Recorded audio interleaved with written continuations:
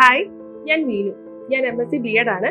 എനിക്ക് കൊണ്ട് LP എഴുതാൻ പറ്റത്തില്ലായിരുന്നു. ഞാൻ UP സ്കൂൾ ടീച്ചറുടെ എക്സാമാണ് എഴുതിയത്. ഞാൻ കോട്ടയക്കാരിയാണ്. കോട്ടയം ജില്ലയിലാണ് ഞാൻ തിരഞ്ഞെടുത്തത്. അപ്പോൾ കോട്ടയം നമ്മുടെ കഞ്ഞിക്കുടിയിലുള്ള ദേവലോകം PSC ഓഫീസിൽ വെച്ചിട്ടായിരുന്നു എൻ്റെ വെരിഫിക്കേഷനും ഇന്റർവ്യൂ എല്ലാം കഴിഞ്ഞത്. ഞാൻ ആദ്യമായിട്ടാണ് ഒരു PSCയുടെ ഇന്റർവ്യൂവിന് പോകുന്നത് കേട്ടോ. അപ്പം നല്ല ടെൻഷനൊക്കെ ഉണ്ടായിരുന്നു. അങ്ങനെ വളരെ ഈ ഗ്രൂപ്പിൽ നിന്നും ഓരോ ആൾക്കാരൊക്കെ കുറച്ചൊക്കെ പറഞ്ഞു കേട്ടിട്ടുള്ള അറിവുകളൊക്കെ ആയിരുന്നു അന്ന് എനിക്ക് ഉണ്ടായിരുന്നത്. അതൊക്കെ വെച്ചൊരു ഫോമൊക്കെ ഫില്ല് ചെയ്തെല്ലാം ഇന്റർവ്യൂവിനൊക്കെ പോയി. അവിടെ ചെന്ന് കഴിഞ്ഞപ്പോഴത്തേക്കും അതിന്റെ ഫ്രണ്ടിൽ തന്നെ നമുക്കൊരു ബെഞ്ചും ഡെസ്കും ഒക്കെ ഇട്ട് തന്നിട്ടൊക്കെ ഉണ്ടായിരുന്നു. അപ്പൊ അവിടെ ചെന്നപ്പം എൻ്റെ കൂടെ B.Ed പഠിച്ചൊരു കൂട്ടുകാരി ഉണ്ടായിരുന്നു, ആതിര. ഞങ്ങൾ അവിടെ ഇരുന്ന് നോക്കുമ്പോൾ ഓരോരുത്തരൊക്കെ ഇറങ്ങി വരുന്നതൊക്കെ അനുസരിച്ച് ഇവിടെ ഏതാണ്ടൊക്കെ എഴുതിയൊക്കെ സെറ്റൊക്കെ ചെയ്തിട്ടുണ്ട്. അപ്പൊ എന്നോട് എന്തൊക്കെ ചോദിക്കും എന്നൊക്കെ പറഞ്ഞ് ഞങ്ങൾ അന്നേരം നമുക്ക് കൈ കിട്ടിയതും പിടിച്ചതും എല്ലാ സാധനങ്ങളും നമ്മൾ ഇതിന് വേണ്ടിയിട്ടൊക്കെ പഠിച്ചു എല്ലാം വെച്ചു. പ്രത്യേകിച്ച് കൂടുതൽ കാര്യങ്ങളൊന്നല്ല, നമ്മൾ ഈ UPക്ക് വേണ്ടി പഠിച്ച ആ സാധനങ്ങളൊക്കെ തന്നെ ഒന്നുകൂടെ റിവൈസ് ഒക്കെ ചെയ്ത് ഒരു ക്ലാസ്. ഞാൻ പ്രത്യേകിച്ച് അങ്ങനെ എയ്ഡ്സ് ഒന്നും കൊണ്ടുപോയിട്ടൊന്നുണ്ടായിരുന്നില്ല.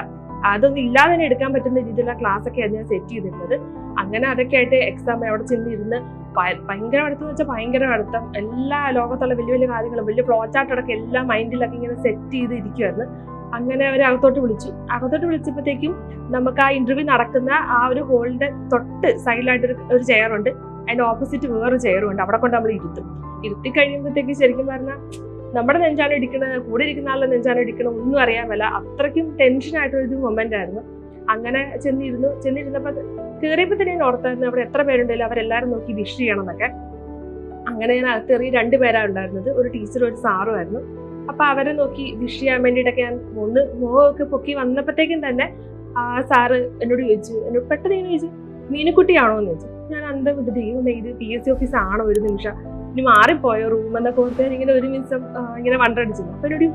അപ്പൊ ആ സാറിന് തോന്നിക്കാണ് ഇനി ഈ കൊച്ച് നസീറൊന്നും മരിച്ചൊന്നും അറിഞ്ഞില്ലേ എന്നുള്ളത്. ആ ഒരു റിയാക്ഷൻ സാറിനോട് ചോദിച്ചു, താൻ ഏയോട്ട സിനിമ കണ്ടിട്ടില്ലേ എന്ന് ചോദിച്ചു. അപ്പത്തേക്കും പിന്നെ നമ്മൾ പിന്നെ ചാർജായി, കണ്ടിട്ടുണ്ട് അതായത് അതൊക്കെ ആൻസറൊക്കെ പറഞ്ഞു, ദിഷൊക്കെ ചെയ്തു, ഇരിക്കാനൊക്കെ പറഞ്ഞു.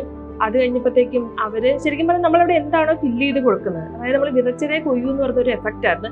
ഞാനവിടെ എന്താണോ കൊടുത്തത് അത് ബേസ് ചെയ്തിട്ടായിരുന്നു എന്നോട് ക്വസ്റ്റ്യൻസ് ചോദിച്ചിരുന്നത്. അപ്പൊ എൻ്റെ അച്ഛനും അമ്മയും ടീച്ചേഴ്സാണ്. അവരോട് ചോദിച്ചു, ടീച്ചേഴ്സിന്റെ അവരുടെ ഇൻഫ്ലുവൻസ് കൊണ്ടാണോ ഞാൻ ഈ ഒരു പ്രൊഫഷൻ തിരഞ്ഞെടുത്തത്?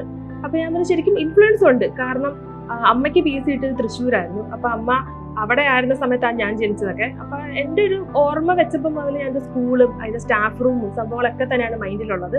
അച്ഛനമ്മയുടെ ഫ്രണ്ട്സും ഒക്കെ ടീച്ചേഴ്സായിട്ട്. അപ്പൊ ഈ ആ ഒരു ലോകമായിരുന്നു നമ്മുടേത്. അങ്ങനെയാണ്. അപ്പൊ നമുക്ക് പഠിപ്പിക്കണം എന്ന് നല്ല ആഗ്രഹം ഉണ്ടായിരുന്നു. അങ്ങനെയാണ് ഈ ഒരു പ്രൊഫഷനിലോട്ട് വന്നത്. അതൊക്കെ പറഞ്ഞു. പിന്നെ ഹസ്ബൻഡ് ആർമിയിലാണ്. അപ്പൊ ആർമിയുടെ അതൊരു നല്ലൊരു കടമ്പയായിരുന്നു. കാരണം പ്രതിരോധ മന്ത്രാലയം മുതൽ എല്ലാ വിഭാഗത്തിലെ കാര്യങ്ങൾ എന്നോട് ചോദിച്ചു. അറിയാവുന്ന കുറെയൊക്കെ പറഞ്ഞു, കുറച്ചൊന്നും അറിയത്തൊന്നും ഇല്ലായിരുന്നു. അങ്ങനെയൊക്കെ ചെയ്തു. ആ സമയത്താണ് അമ്മയുടെ സ്കൂളിൽ ഒരു സാറ് PSC കിട്ടി വരുന്നത്. അപ്പൊ ആ സാറിനോട് പറഞ്ഞു, എല്ലാവരും എപ്പോഴും റീഡിംഗ് എന്നും അതുപോലെ തന്നെ സ്റ്റോറി റൈറ്റിംഗ് അങ്ങനെയൊക്കെയാണ് ഹോബി എഴുതുന്നത്. സാറ് വെറൈറ്റിക്ക് ഒരു ഇലക്ട്രിക്കല് അങ്ങനെയൊക്കെ ചെയ്യുന്ന രീതിയിലാണ് എഴുതിയെന്നൊക്കെ പറഞ്ഞു. അപ്പൊ ശരിക്കും എനിക്കും സ്റ്റോറി റൈറ്റിങ്ങിന് ആയിരുന്നു എൻ്റെ ഇൻട്രസ്റ്റ്. പക്ഷെ ഞാനും എടുത്ത് സാറിനെ പോലെ ഒരു വെറൈറ്റി ഒക്കെ പിടിച്ചേക്കാൻ ഓർത്ത് ഞാൻ എഴുതി. ഈ നാടകത്തിനൊക്കെ ചെറിയ സ്ക്രിപ്റ്റ് ഒക്കെ തയ്യാറാക്കാം, അതാണ് എൻ്റെ ഹോബി. ഈ കുഞ്ഞു കൊട്ടേഷൻസ് ഒക്കെ പോലെ എഴുതുന്നതൊക്കെ എനിക്ക് ഇഷ്ടമാണ്.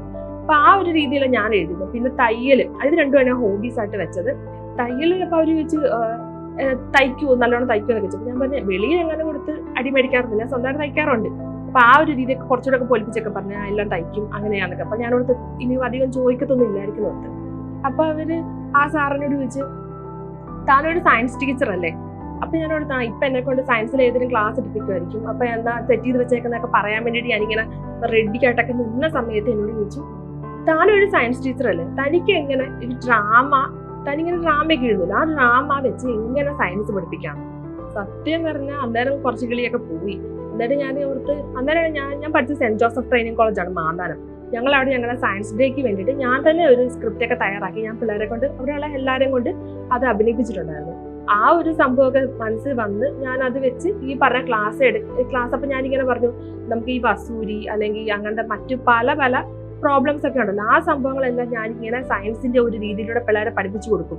അപ്പൊ പിള്ളേർക്ക് ആകുമ്പോഴത്തേക്കും നമ്മൾ ഈ ഒരു നാടകമൊക്കെ ചെയ്യുമ്പോഴത്തേക്കും കുട്ടികൾക്ക് അത് ഒന്നുകൂടി ഇൻട്രസ്റ്റ് ആയിരിക്കുമല്ലോ എന്നൊക്കെ ഞാനിങ്ങനെ പറഞ്ഞു. അപ്പൊ അവരെന്നോട് പറഞ്ഞു, പറയാനല്ല പറഞ്ഞത്, അഭിനയിച്ച് കാണിക്കണം എന്ന് പറഞ്ഞു. അപ്പൊ ഞാൻ ഇവിടെ വെച്ച് എങ്ങനെ അഭിനയിക്കുന്നതെന്ന് പറയുമ്പോഴത്തേക്ക് സാറ് പറഞ്ഞു, സമയമില്ല, വേഗം നാട്ടെ എന്നെ അവിടെ നിർത്തി അവരതെല്ലാം അഭിനയിപ്പിച്ചൊക്കെ കാണിപ്പിച്ചു. എന്നിട്ടാണ് പിന്നെ അന്ന് ആ ഇന്റർവ്യൂ കഴിഞ്ഞത്. ശരിക്കും പറഞ്ഞാൽ എനിക്ക് ഒരുപാട് ടെൻഷനും ബുദ്ധിമുട്ടുകളും ഒക്കെ ഉണ്ട്. കാരണം ഒരു കറക്റ്റ് ഒരു ഗൈഡ് ലൈൻ ആയിട്ട് ആ സമയം നമുക്ക് ഇല്ലായിരുന്നു. എന്തൊക്കെ ചെയ്യണം, അല്ലെങ്കിൽ ഒരു പക്ഷേ കുറെ ഒരു ഡെമോ ആയിട്ടൊക്കെ ക്ലാസ് എനിക്ക് കിട്ടിയിരുന്നെങ്കിൽ, ഞാനൊരു മോക്ക് ആയിട്ടുള്ള ഇന്റർവ്യൂവിലൊക്കെ അറ്റൻഡ് ചെയ്തിരുന്നെങ്കിൽ ഒരു പക്ഷെ എനിക്ക് ഇത്രയും ടെൻഷൻ ഒന്നും ഇല്ലാതെ തന്നെ കൂളായിട്ട് അവിടെ നിൽക്കാൻ പറ്റിയത്. ഞാനിപ്പോൾ ഓർക്കുന്നത് ശരിക്കും പറഞ്ഞാൽ ഇപ്പൊ വന്നിട്ടുള്ള LP-UPയുടെ റിസൾട്ട് ഒക്കെ വരുവാണ്, ഷോർട്ട് ലിസ്റ്റ് വന്നു, ഇന്റർവ്യൂ വരാൻ പോവാണ്. ആ പിള്ളേർക്ക് ഒരുപാട് ബ്ലെസ്ഡ് ആണ്. കാരണം എന്ന് വെച്ചാൽ ഇപ്പൊ നമ്മുടെ രാജേശ്വരി മിസ് ഒരുപാട് വർഷത്തെ എക്സ്പീരിയൻസ് ഉള്ളതാണ്. നമ്മുടെ രാജേശ്വരി മിസ്സൊക്കെ കൂടെ നിന്ന് ഇന്ന പോലെ ഫോം ഉണ്ട്, അത് ഇങ്ങനെ ഫില്ല് ചെയ്യണം, അല്ലെങ്കിൽ ഇന്നതാന്നൊക്കെ നമുക്ക് അത്രയ്ക്ക് നന്നായിട്ട് പറഞ്ഞു തരാൻ വേണ്ടിയിട്ട് ഒരാൾ നമ്മുടെ കൂട്ടത്തിലുണ്ട്. അന്നേരം ഒന്നും എനിക്കൊന്നും അങ്ങനെ ഒരാളെ അന്ന് ആ സമയത്ത് കിട്ടിയിട്ടില്ല. പക്ഷെ മിസ് ഇവിടെ ഇപ്പൊ നമുക്ക് മിസ് ഒരു ഇന്റർവ്യൂ ബാച്ച് സ്റ്റാർട്ട് ചെയ്യുന്നുണ്ടെന്നാണ് പറഞ്ഞത് കീ ലേണിംഗിലൂടെ. മിസ്സാണെങ്കിൽ ഒരുപാട് ഡെമോ ക്ലാസ്സസ്, അത് മാത്രമല്ല ന്യൂസ് പേപ്പർ വായിക്കുക എന്നുള്ളത് ഇതിന് വളരെയധികം ഇമ്പോർട്ടൻ്റ് ഉള്ള കാര്യമാണ്. കാരണം നമുക്ക് കറണ്ട് അഫയേഴ്സ് അറിയണം. അന്നത്തെ ദിവസത്തെ വരെ ചിലപ്പോൾ അവർ ചോദിക്കാനായിട്ട് ചാൻസ് ഉണ്ട്, അത്രയ്ക്ക് ഇമ്പോർട്ടൻ്റ് ആണ്. മിസ് അപ്പം നമ്മൾ എന്ത് ചെയ്യുന്നത്, എല്ലാവരും ആ കമ്പൈൻ ആയിട്ട് ഇരുത്തി ഓരോ ദിവസം എല്ലാവരെയും കൊണ്ട് പത്രം വായിപ്പിച്ചും ഇമ്പോർട്ടൻ്റ് ആയിട്ടുള്ള കാര്യങ്ങൾ ഹൈലൈറ്റ് ചെയ്യിപ്പിച്ചും ഒക്കെ നമുക്കിപ്പോൾ ഒരു ബേർഡൻ ആയിട്ട് തോന്നാതെ തന്നെ നമുക്ക് നല്ല രീതിയിൽ ചെയ്തു പോകാനായിട്ട് പറ്റുന്നുണ്ട്. ലൈവ് ക്ലാസ്സസും റെക്കോർഡഡ് ക്ലാസ്സസും ആയിട്ടും എല്ലാം ഒരു ഇന്റർവ്യൂ എന്നുള്ളത് ഒട്ടും പേടിയില്ലാതെ എന്തൊക്കെയാണ് അവിടെ A to Z ചെയ്യേണ്ടതെന്ന് അടക്കം എല്ലാ കാര്യങ്ങളും മിസ് നമുക്ക് പറഞ്ഞു തരുന്നുണ്ട്. അതൊക്കെ ഒരുപാട് ബ്ലെസ്സിങ് ആയിട്ടാണ് എനിക്ക് ഫീൽ ചെയ്യുന്നത്. നമുക്ക് എൻ്റെ അത്രയും പോലും ടെൻഷൻ ഇല്ലാതെ സുഖമായിട്ട് നിങ്ങൾക്ക് എല്ലാവർക്കും തന്നെ ഇന്റർവ്യൂവിന് അറ്റൻഡ് ചെയ്യാൻ പറ്റും. ഈ ഇന്റർവ്യൂ എന്ന് പറയുന്നത് നമുക്ക് വളരെയധികം നിർണായക ഒരു ഘട്ടം തന്നെയാണ്. അതിൽ 14 മാർക്ക് മേടിക്കണം എന്നുള്ള ഒരു ഒറ്റ വിശ്വാസത്തിൽ തന്നെ നമ്മൾ ഇറങ്ങിത്തിരിക്കണം. അതിനുവേണ്ടി എല്ലാ ഹെൽപ്പും കാര്യങ്ങളും മിസ് തരുന്നതാണ്. അതിനു വേണ്ടിയിട്ട് എല്ലാവരും തന്നെ നമ്മുടെ കീ ലേണിംഗിന്റെ ഇന്റർവ്യൂ ബാച്ചിൽ ജോയിൻ ചെയ്യുക. Okay, thank you.